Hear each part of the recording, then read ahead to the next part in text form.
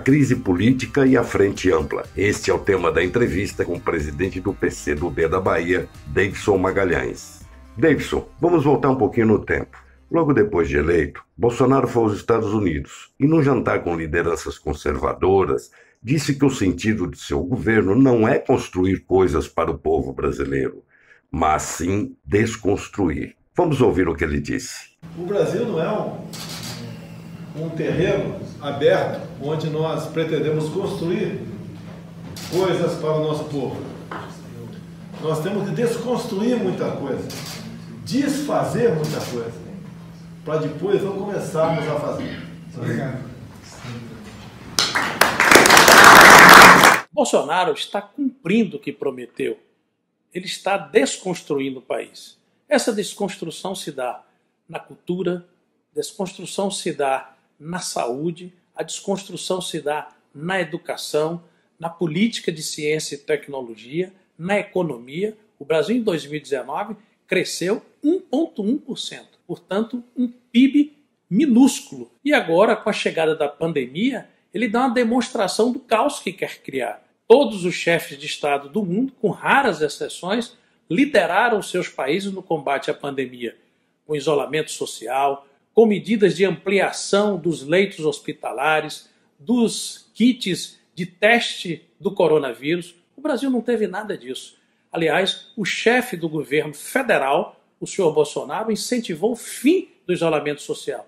Portanto, ele é um dos principais responsáveis pela proliferação do vírus no Brasil e pelas mais de 45 mil mortes de brasileiras e brasileiros. E ao lado disso, ao invés de coordenar esse processo, atacou governadores, atacou prefeitos e, junto com esse bando de fascistas no país, todo dia faz atentados contra as instituições, quer contra o Congresso Nacional e, especialmente, mais particularmente e mais recentemente, de maneira ofensiva contra o Supremo Tribunal Federal e contra a liberdade de imprensa. São as instituições que garantem as liberdades democráticas no Brasil. Então nós estamos vivendo uma falsa democracia. O risco de nessa pandemia ter um caos econômico e social provocado pela ineficiência do governo no que diz respeito ao combate à pandemia e às consequências econômicas da pandemia pode criar as condições, e ele está criando as condições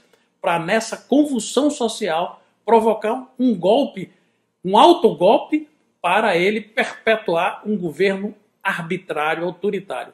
Nos últimos meses, surgiram várias manifestações suprapartidárias a favor da criação de uma frente ampla. O ex-presidente Lula já declarou-se contra. E, mais recentemente, a ex-presidente Dilma disse que não gostaria de participar de uma frente ampla onde estivesse, por exemplo, o PSDB. O que você acha deste posicionamento de Lula e Dilma? Olha, está se brincando com a realidade política do Brasil.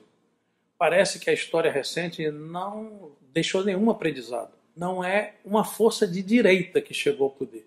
É uma força de extrema direita, que quer instituir autoritarismo no Brasil.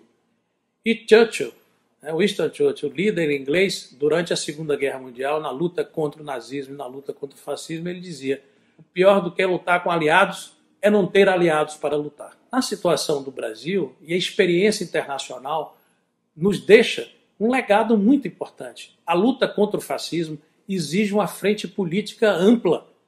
Nós temos uma bancada de esquerda e progressista muito pequena no Congresso Nacional.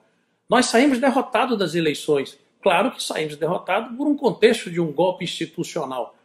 Mas mudou a correlação de força no Brasil. Não construir uma frente democrática põe em risco, inclusive, as conquistas que nós obtivemos. Nós precisamos barrar o avanço do autoritarismo no Brasil. Nós estamos correndo um sério risco.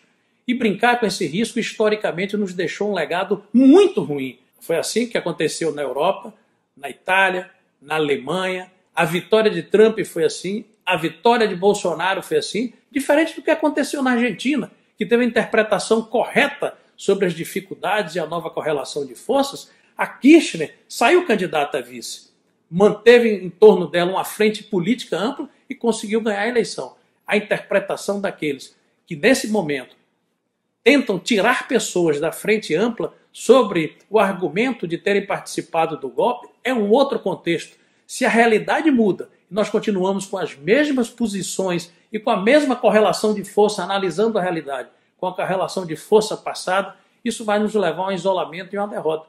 E o mais prejudicado será o povo. Porque sem democracia não tem sindicato, sem democracia não tem luta e sem democracia não tem a construção de um programa avançado. Nós só teremos um programa avançado, o movimento social e o povo só respira na democracia. E não entender isso nesse momento é um grave erro político. Pode nos levar ao isolamento e pode facilitar o golpe se instituir no Brasil de maneira objetiva e concreta. Portanto, nós temos que manter unidas as instituições e fazer uma frente democrática ampla, uma frente de salvação nacional. O Brasil caminha para o caos, caminha para uma crise de graves proporções econômicas e sanitárias.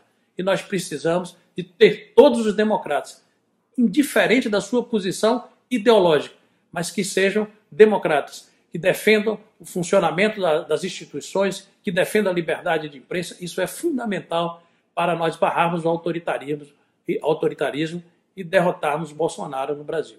Davidson, para encerrar nossa conversa, você acredita que é possível a criação dessa frente ampla que junte todas as forças das esquerdas, também o centro e a própria direita, para lutar contra o governo de Bolsonaro, que é uma ameaça real à democracia brasileira? Como é que nós derrotamos a ditadura na história brasileira?